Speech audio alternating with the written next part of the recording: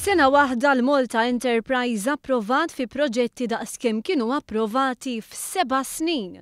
Dan qalu l-Ministru għall-Ekonomija, Investiment u Intrapriżi Żgħar Chris Cardona waqt żjara li għamel lill-kumpanija Seyfert fil-qasam industrijali ta' Ħalfar.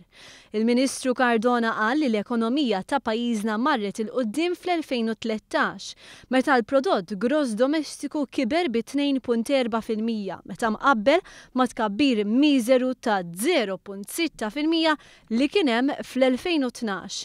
Il-Ministru stqar li kumpanija bħal din tagħti ħafna kontribut fl-ekonomija Maltija. L-input li tagħti kumpanija bħal din fl-ekonomija Maltija huwa wieħed importanti ħafna għaliex barra ovvjament illi tħaddem in-nies imma tara wkoll jkun hemm valur miżjud u kwalità ta' impjiegi għolja fil-popolazzjoni industrijali li għandna fil-pajjiż tagħna.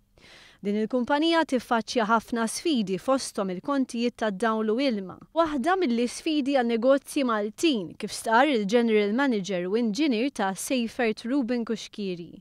Naturalment hija challenge kontinwa li insibu nies li għandhom l-skills neċessarji. Għal daqstant aħna nipprovdu taħriġ mill-livell bażiku sa anki nisponsorjaw nies biex jagħmlu l-PhD tagħhom fil-area speċjalizzati li jkunu qed jaħdmu fihom.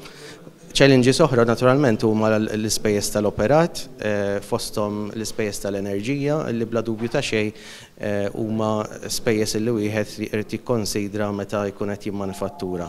Kif imwiegħed dawn il-kontijiet se jkunu qegħdin jorħsu minn Marzu tas-sena d-dieħla, dan wara li f'Marzu li għadda raħsu għall-familji. Jakkumpanjaw lill-Ministru Cardona għal din iż-żjara kien hemm il-kandidati Clint Camilleri u Miriam Dalli.